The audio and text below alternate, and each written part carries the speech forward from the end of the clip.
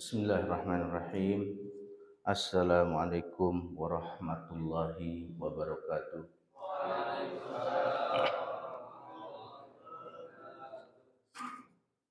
Alhamdulillahilladzi bi ni'matihi tatimmus shalihat. Wassalatu wassalamu ala Muhammadin sayyidil makhluqat wa ala alihi at-tahirin wa sahabatihi ajma'in wa ala ummatihi ila yaumiddin amma ba'du. Wa ya ayyuhal hadirun usi nafsi wa iyyakum bitaqwallah faqad fazal muttaqun. A'udzu billahi minasy syaithanir rajim. Bismillahirrahmanirrahim. Wa qada rabbuka alla ta'budu illa iyyah wa bil walidaini ihsana. Imma yablughanna indakal kibara ahaduhuma aw kilahuma fala taqul lahumā uffin wala tanharhuma wa qul lahumā qawlan karīma wahfid lahumā janaha dhulli minar rahmati wa qur rabbirhamhumā kamā rabbayani shaghīrā. Shadaqallahul azim wa sadaqa rasulun nabiyul karim wa nahnu ala dzalika minasy syahidin wasyakirin walhamdulillahi rabbil alamin. Jamaah yang dirahmati Allah Subhanahu wa taala. Alhamdulillah Ketua DKM Ustaz Deden, Ustaz Arif, Ketua Bapak Amil ya. Bapak Amil Pasir Angin, Bapak sekalian jamaah yang dirahmati Allah Subhanahu wa taala. Mudah-mudahan kita selalu diberkahi oleh Allah, selalu ada dalam ridhonya, dibimbing selalu sehingga kita semua bisa masuk surganya Allah Subhanahu wa taala. Alhamdulillah pagi hari ini subuh yang adem, dingin ya. Alhamdulillah gerimis-gerimis, enak nih kalau ada kopi.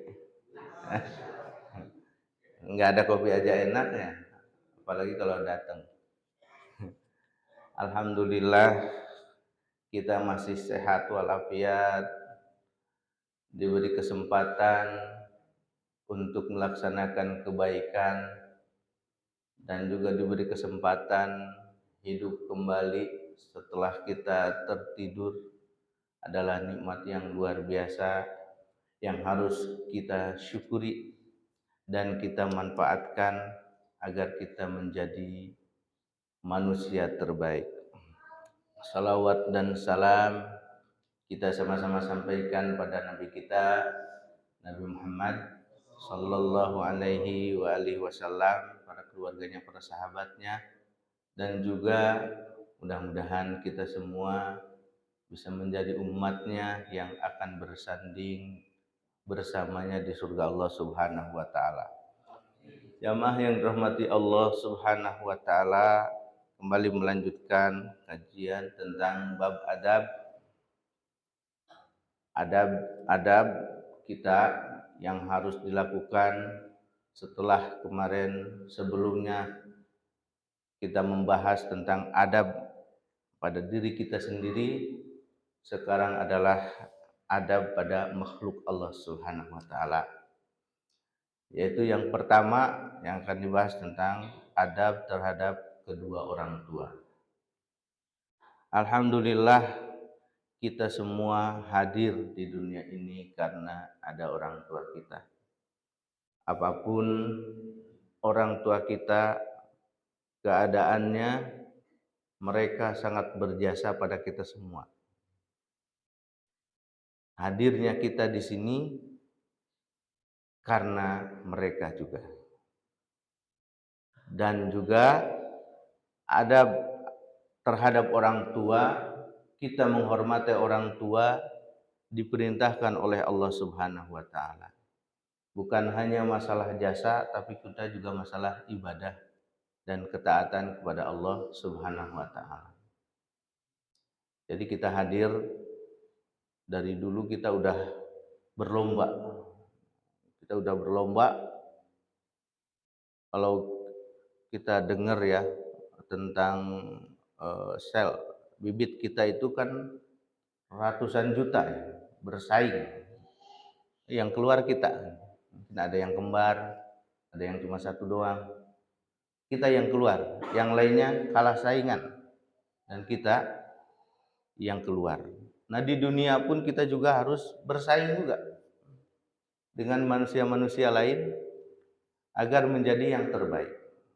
Jadi kita berlomba itu bukan hanya saat Agustusan doang atau momen-momen tertentu. Kita sebenarnya dihidupkan dari mulai dulu sampai sekarang udah siap untuk berlomba. Nah, alhamdulillah kita diberikan orang tua, dan orang tua kita melahirkan kita, dan Allah berikan kasih sayang pada orang tua kita sampai akhirnya kita bisa hadir di dunia ini.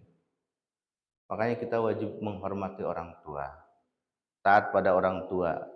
Begitu juga diperintahkan oleh Allah Subhanahu wa taala untuk mentaati orang tua. Bahkan Allah sandingkan perintah taat kepada orang tua itu dengan perintah beribadah pada Allah Subhanahu wa taala. Disejajarkan. Allah perintahkan untuk taat kepada dirinya, zat Allah Subhanahu wa taala. Setelah itu Allah perintahkan untuk taat kepada orang tua. Ini bagaimana disampaikan di surat Al-Isra. A'udzubillahi minasyaitonirrajim. Wa qadha rabbuka alla ta'budu illa iyyah. Satu. Allah mewasiatkan agar tidak menyembah kecuali kepada Allah. Hanya kepada Allah. Ini kan perintah kepada Allah. Dilanjutkan dengan wabil walidaini ihsana. Dan juga berbuat baik kepada kedua orang tua. Allah sandingkan. Seakan-akan sejajar levelnya. Itu saking wajibnya kita menghormati orang tua, taat kepada orang tua. Jadi alasan kita menghormati orang tua, satu karena orang tua adalah jasa, yang kedua karena diperintahkan oleh Allah Subhanahu wa taala. Itu ya. Subhanallah, banyak sekali hadis yang menceritakan tentang kewajiban taat kepada orang tua. Banyak sekali ayat juga yang menceritakan tentang kewajiban kita terhadap orang tua. Makanya orang tua adalah harus jadi perisai bagi kita semua. Bahkan bagi yang masih ada, terutama orang tua itu harus menjadi sebab kita masuk surga. Surga pun tertutup ketika kita tidak berbuat baik, tidak menghormati orang tua kita. Subhanallah ya. Di antaranya hadis tentang jihad. Suatu ketika ada seorang sahabat datang pada Rasulullah Shallallahu Alaihi Wasallam. Tatkala itu Rasulullah mengajak para sahabat untuk berjihad. Datang minta izin, saya pengen gabung, ingin ikut berjihad. Karena jihad itu harapan terbesar bagi kaum muslimin. Bagi orang yang beriman itu kan mati syahid. Karena pahalanya yang luar biasa. Kata Rasulullah, ahayyun walidak. Rasulullah bertanya, apakah orang tua kamu masih hidup? Kata sahabatnya, masih. Rasulullah memerintahkan untuk balik kembali, silahkan berjihad dengan berbuat baik kepada kedua orang tua. Di antara hadis yang terkenal, ya, yang sampai Rasulullah SAW sebutkan orangnya yang tidak pernah ketemu dengan Rasulullah, yaitu siapa? Uwais Al-Qarni, ya. Bagaimana Uwais Al-Qarni sampai dititip pesan, Rasulullah titip pesan ke sahabat, kalau ketemu dia titip salam. Gara-gara apa dia terkenal? Gara-gara dia berbakti kepada kedua orang tua. Tidak ketemu. Bahkan mungkin kalau baca tafsir, kalau nggak salah ya tafsir Jalalain diceritakan juga, di antara unta yang menjadi syarat untuk disembelih oleh Bani Israel. Satu kan Bani Israel kan minta ya, supaya gara-garanya ada kasus orang meninggal kan pada Nabi Musa, dia minta supaya ketahuan siapa yang membunuhnya.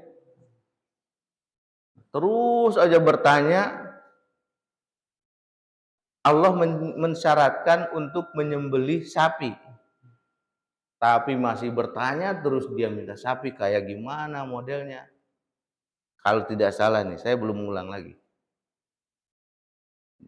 sapi yang harus dibeli itu cuma satu-satunya sapi, dan pemiliknya adalah orang yang berbakti kepada orang tua. Subhanallah. Jadi itu sangat dihormati banget maksudnya oleh Allah Subhanahu wa taala, dimuliakan oleh Allah Subhanahu wa taala gara-gara seseorang menghormati orang tua, berbakti kepada kedua orang tua. Itu diantara kemuliaannya. Hadirin jamaah yang dirahmati Allah Subhanahu wa taala. Bahkan Rasulullah menyampaikan bahwa di antara dosa besar itu adalah berbuat jahat atau tidak berbakti kepada kedua orang tua. Jadi uququl walidain adalah di antara dosa paling besar. Dosa besar. Yang dosa besar itu bisa dihitung jari lah. Wah, sebagian ulama ada yang bilang cuma 14, ada yang bilang 7, sesuai dalam hadisnya. Tidak banyak. Dan salah satunya, dosa besar itu adalah tidak berbakti kepada kedua orang tua. Jamaah yang dirahmati Allah Subhanahu wa taala, dan berbakti kepada kedua orang tua itu suatu kemestian tidak akan pernah bisa terbalaskan kecuali, kata Rasul, hanya satu yang bisa membalas kebaikan orang tua adalah ketika kita menemukan orang tua kita menjadi budak. Perbudakan ya. Menjadi budak dan kita bebaskan mereka agar menjadi orang bebas lagi, bukan budak. Hanya itu aja yang disampaikan di dalam hadis. Bahkan sebenarnya kan itu masih kurang juga sebenarnya. Karena perbedaannya kalau orang tua kita ngurus kita itu biar kita hidup, bahkan mereka itu berharap biar kita bahagia. Kebanyakan kan gitu orang tua. Itu udah secara umum, naluri. Kalau anak ngurus orang tua, mungkin lebih banyaknya kapan ya orang tua meninggal. Capek banget. Bener ya? Ada yang gitu nggak? Nggak ada. Sekarang mah Ini capek banget, ya. Kadang-kadang gitu ya. Padahal orang tua kita itu jauh lebih capek. Coba bayangin, kali-kali lah. Mungkin kalau mau bahkan di barat ini dicobain gitu. Jadi naruh apa? Jangan lihat saya dong, saya doang. Jadi di perutnya itu dia naruh, ada yang naruh semangka gitu, diiketin ya, dibawa-bawa kemana-mana gitu, dia tidur. Gitu. Coba bayangin, berapa bulan? Ya 6 bulan, 7 bulan, ada yang 9 bulan, kan begitu. Dibawa-bawa kemana-mana, pengen ditaruh nggak bisa. Itu kalau bisa ditaruh dulu, kan enak kan. Kalau tas, oh ini kan nggak bisa kemana-mana, berat. Udah gitu, menyusui. Nah itu luar biasa. Jadi seorang tua kita melahirkan itu sakitnya luar biasa. Bahkan orang tua kita, sebagian dari kita itu ada yang melerakan dirinya untuk dibelek, untuk dioperasi agar kita sehat, agar kita selamat. Itu pengorbanan orang tua kita, subhanallah, luar biasa. Jadi cukup dengan kita dilahirkan ke dunia ini udah cukup jasa orang tua kita. Mungkin kan ada yang sebagian merasa balas dendam, buang dendam itu pada orang tua kita. Habis orang tua kita menelantarkan kita. Hah? Susah banget ya, menelantarkan kita, misalnya tidak membiayainya sekolah mungkin, atau mungkin ya kita tinggal di gubuk yang kecil, orang tua kita miskin sebagaimana. Itu jangan jadi alasan untuk kita tidak berbakti kepada kedua orang tua. Orang tua tetap orang tua kita. Apapun alasannya, kita harus berbakti kepadanya. Bahkan walaupun beda agama pun, kata Allah, wa in jahadaka, kalaupun dia ini ya, kalaupun dia itu jahadaka, maksa kita agar kita tidak berbuat baik, agar kita tidak beriman. Kata Allah Subhanahu wa taala, ala an tusyrika bima laisa laka bihi ilmun fala tuti'huma. Jangan diikutin. Tapi setelahnya nih, wasahibhuma fid dunya ma'rufa. Tapi kita harus bergaul dengannya, tetap ma'rufa, dengan baik. Itu beda agama. Cuma beda mazhab doang mah jangan dikafir-kafirin. Apalagi beda pendapat, yang pendapat itu ikhtilaf di antara para ulama. Jangan. Ada seorang ulama, saya lupa namanya, yang menyampaikan cukup. Kata para ulama itu, kata seorang ulama itu, kita menyakiti orang tua, kita mendebat orang tua kita. Begitu. Subhanallah ya. Gara-gara misalnya orang tua kita itu salah, kita debat. Walaupun kita menang, itu cukup sebagai dosa. Subhanallah. Jamaah yang dirahmati Allah Subhanahu wa taala, bahkan dulu ada seorang ustadz menyampaikan bahwa jadi dia mendengarkan ceramah di satu negara, kalau nggak salah di Timur Tengah, menyampaikan bahwa cukup bagi seorang anak itu, atau tidak termasuk anak yang berbakti kepada kedua orang tua, bila hanya mendoakan orang tua itu cuma 5 kali sehari. Nah, kita berapa kali? Tahu? Doakan orang tua? Apakah kita setiap waktu, setiap saat harus kita selalu ingat? Jamaah yang dirahmati Allah Subhanahu wa taala. Bahkan di bab infak, Di bab sedekah pun Allah dahulukan nama kedua orang tua kita. Jadi kedua orang tua kita itu harus didahulukan.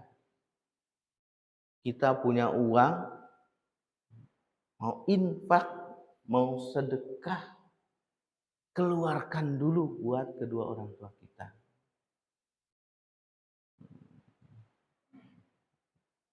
Itu harus jadi target kita. Jangan sampai kita kegiatan sosial banyak banget ngeluarin duit, orang tua kita nangis pengen makan. Nauzubillah ya. Orang tua kita pengen jajan aja nangis, bingung. Jangan sampai begitu. Tapi juga jangan menghamburkan uang. Jangan menghamburkan uang. Jadi kita dahulukan. Sedekah itu kemana dulu? Ke orang tua dulu. Orang tua dulu, baru ke kerabat yang paling dekat, baru yang jauh. Itu sedekah. Jamaah yang dirahmati Allah Subhanahu wa taala. Jadi kita wajib yang pertama adalah taat terhadap kedua orang tua. Taatnya tentu pada perintahnya, yang kedua juga kepada larangannya. Selama itu bukan maksiat. Selama bukan maksiat. Kalau maksiat yang diperintahkan tidak perlu kita ikutin, tapi kita juga menolaknya. Menolaknya harus dengan baik.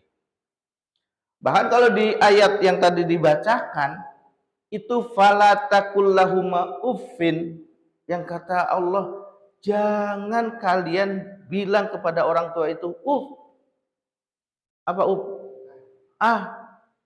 no, gitu. Itu setelah Allah menyebutkan apa? Imma yablughanna indakal kibara. Apa maksudnya? Allah setelah nyebutin barangkali orang tua kita itu udah tua, pikun. Udah tua, pikun. Allah sebutin fala taqul lahuma uffin. Jangan menolak, jangan bilang jangan mengeluh di hadapan orang tua. Bagaimana reseknya ya? Reseknya orang pikun gimana sih? Coba, yang tadinya tua jadi kayak anak kecil lagi. Subhanallah ya. Nah, Allah sebutin fala taqul lahuma uffin itu setelah Allah bilang imma yablughanna indakal kibar. Setelah Allah sampaikan tua, apalagi kalau sekarang masih normal. Jangan nolak. Tiap memerintahkan itu betul-betul dengan udah mempertimbangkan. Kalau sekarang minta itu betul-betul pertimbangan yang luar biasa. Ini Allah Subhanahu wa taala sebutin jangan menolak itu tatkala Allah sudah menyebutkan pikun dua orang tua kita. Udah tua banget, subhanallah ya. Orang tua. Jauh ya kita. Saya maksud terutama ya Allah ya Allah.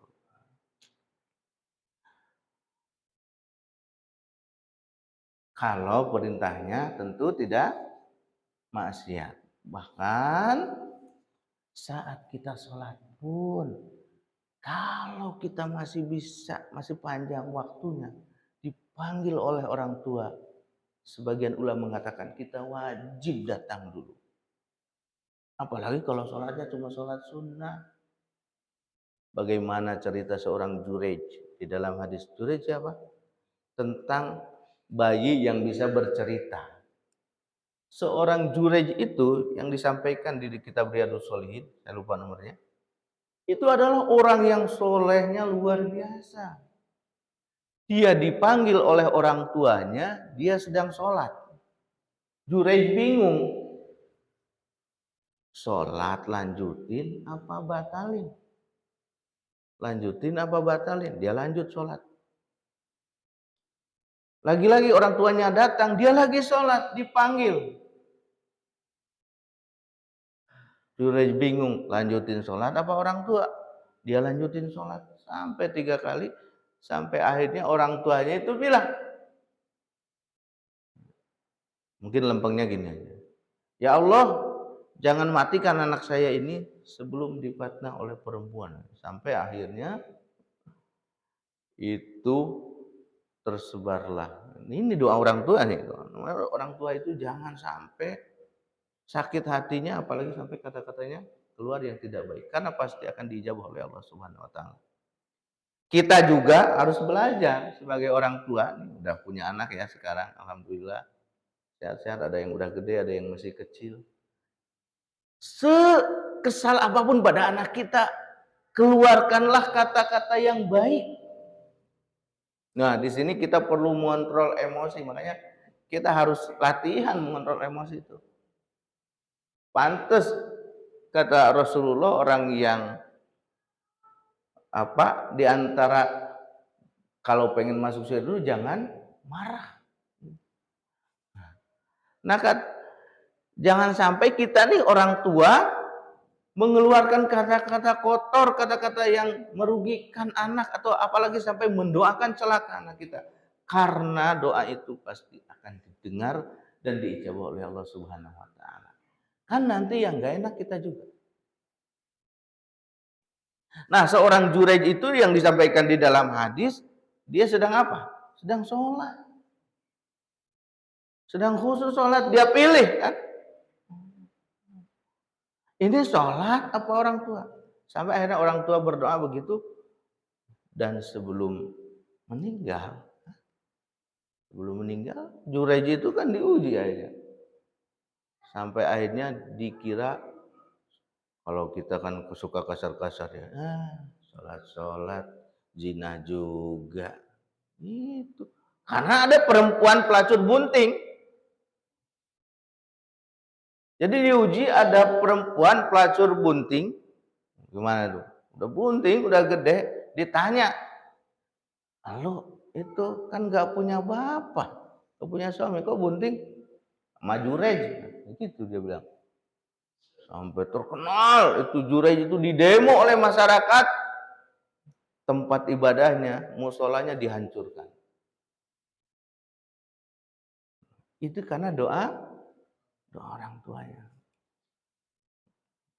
Lanjutan ceritanya nanti aja. Hasilnya ini pelajarannya bahwa buat kita nih, alhamdulillah kita punya anak, punya istri, selain kita wajib taat pada orang tua, kita harus belajar. Jangan sampai kita pun terlalu mengekang anak, walaupun kita saat sedang marah, jangan mengeluarkan kata-kata kotor. Keluarkanlah kata-kata yang baik. Keluarkanlah doa yang baik, semarah apapun. Karena doa itu akan didengar oleh Allah dan dampaknya juga pada kita. Dampaknya pada kita. Jadi ada anak bandel tuh doain sama kita. Anak kita terutama, doain, ya Allah, soleh banget sih.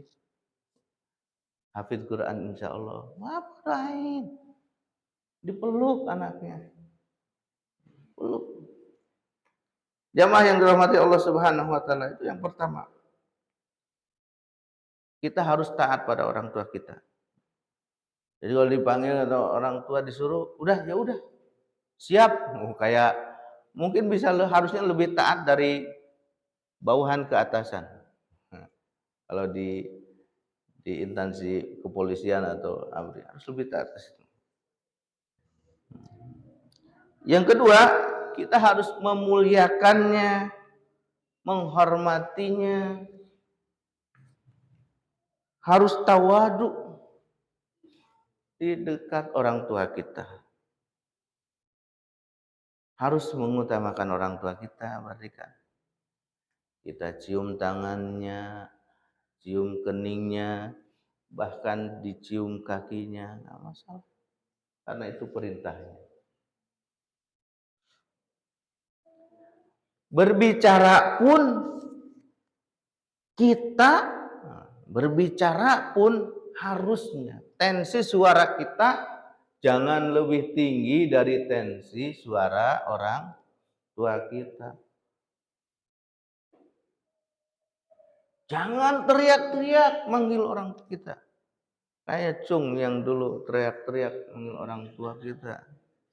Lagi kecil. Panggil-panggil. Wah, wah, wah. Gitu. Kayaknya kalau saya sih pernah marahin orang tua. Nggak tahu bapak-bapak sekalian, mudah-mudahan tidak ya. Itu dosa, man. Dosa. Ingat. Jangan panggil orang tua kita dengan namanya langsung. Apalagi di hadapannya, naudzubillah. Di hadapannya langsung disebut namanya, naudzubillah. Jalan pun harusnya orang tua terlebih dahulu. Kita di belakangnya ikuti. Kecuali kita bila perlu menuntunnya. Kita terlebih dahulu. Kalau bonceng motor, ya namanya bonceng beda. Karena kan harus menghormati orang tua. Katanya, ya udah motornya bawa sama bapak. Enggak begitu. Jamaah yang dirahmati Allah Subhanahu wa Ta'ala. Jadi kita harus berusaha. Bahkan, maksud kalian, kita harus mendahulukan orang tua kita daripada istri kita, daripada anak-anak kita. Orang tua terlebih dahulu. Ini bagaimana nih cerita 3 orang yang terjebak di gua itu, salah satunya dia berdoa adalah minta kepada Allah dengan tawasul berbakti kepada kedua orang tuanya.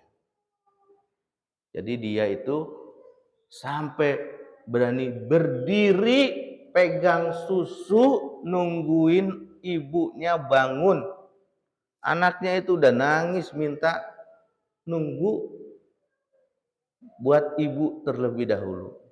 Jadi antara cerita kisah ketiga orang, salah satunya 3 orang yang terjebak di gua, salah satunya adalah orang yang berbakti kepada kedua orang tua. Jamaah yang dirahmati Allah Subhanahu wa Ta'ala. Kadang-kadang kita ini malah subhanallah, malah kita menengahin istri gitu. Bahkan di hadapan orang tua kita sendiri malah. Naudzubillah ya. Kalaupun harusnya ya, kita disuruh bercerai sama orang tua kita. Tidak tahu alasannya, kita harusnya ceraiin. Waduh. Nah, masih pilih. Pilih. Nabi Ismail itu yang pertama diperintahkan istri yang sebelumnya ini perintahkan agar istrinya itu dicerai. Dicerai sama Nabi Ismail. Karena diperintahkan oleh abinya, Nabi Ibrahim alaihissalam. Ada seorang sahabat, lupa, kalau nggak salah Umar radhiyallahu an menyuruh anaknya untuk nyerahin istrinya gara-gara sholatnya telat mulu. Lah ini istrinya kagak jelas dipertahankan ya. Itu saking wajibnya taat kepada kedua orang tua. Itu diantara berbakti. Apalagi ini istrinya, ya Allah ngomong gak sopan sama orang tua kita lagi ya. Bukan dia memertua, kita mah orang tua. Ngomong gak sopan. Berani jingkrak-jingkrak seenaknya aja. Orang tua. Ya salah. Jadi kita kalau mau nikah lagi, ya kan udah pada nikah soalnya. Kalau mau nikah lagi, kita harus siap nyari istri itu bukan hanya kita suka, dia suka sama kita, mungkin ajarkan pada anak lah. Tapi juga harus siap menerima orang tua kita. Jadi bilangin ke anak kita itu bahwa nikah itu bukan hanya sebatas suka-sukaan. Nikah itu kita juga harus siap menerima lingkaran keluarga yang ada. Nah, begitu. Jamaah yang dirahmati Allah Subhanahu wa Ta'ala. Itu taat menghormatinya. Yang kedua, berbuat baik. Berbuat baik kepada kedua orang tua kita. Ya Allah, kita jauh pura-pura sibuk, jarang nelpon ya. Nelpon aja susah. Habis nggak punya pulsa. Ya Allah, pulsa berapa sih? Kayaknya mahal banget pulsa gitu. Jajan bakso aja 30.000. Seminggu sekali minimal agendain telepon aja. Tanya kabar kek. Tanya kabar, telepon kek. Kalau orang tuanya udah punya WA, video call sekalian telepon kalau bisa. Bisa setiap hari telepon. Itu tanda berbakti kita kepada orang tua. Pastikan orang tua kita itu sehat. Pastikan orang tua kita itu sedang senang, tidak sedih. Ini kita kebalik. Kita sedih datang kepada orang tua, mak. Lagi punya musibah, mak. Beras aja habis, ada yang masih gitu. Nah, beras aja nggak ada. Ya Allah, jangan gitu. Kita lihatin, orang tua pasti punya perasaan. Kalau kita sedang punya musibah, sedang tidak punya enak. Tapi kita tutup. Gak usah ngobrolin. Biarkan orang tua kita senang. Perlihatkan. Ini orang tuanya datang dari kampung. Ya Allah, nggak dibeliin apa-apa. Nggak punya apa-apa, mah. Gitu. Ya Allah, datang sambut. Dia mau kemana? Anterin. Makannya yang enak-enak. Lihat. Gitu. Nah, emang ini mah adanya di sini, mama. Cuma garam doang. Jangan gitu. Ya Allah. Orang tua udah gitu kagak diongkosin, malah minta duit. Mau benerin rumah, ada duit nggak? Jangan. Mana tuh? Malah gitu. Jangan. Kita sendiri. Itu berbakti pada orang tua kita, subhanallah. Ini kalau masih hidup. Makanya kata Rasulullah SAW. Suatu ketika kan Rasulullah bilang amin 3 kali. Para sahabat nanya. Rasul kan bilang amin, amin, amin. Ya Rasul, apaan? Amin tuh 3 kali. Kata Rasulullah SAW, yang pertama adalah malaikat menyampaikan orang yang benar mendengar nama Nabi Muhammad SAW tapi tidak bersalawat, dia orang yang rugi. Yang keduanya adalah orang yang melewati bulan puasa ini. Insya Allah sebentar lagi Ramadan ya. Sebentar Ramadan ya Allah. Udah 3 bulanan lagi Ramadan. Nggak nyampe ya? Oh nyampe 3 bulan. Ya Allah, Ramadan. Tapi sampai habis Ramadan itu dosanya tidak satu pun dimaafkan. Itu orang yang rugi.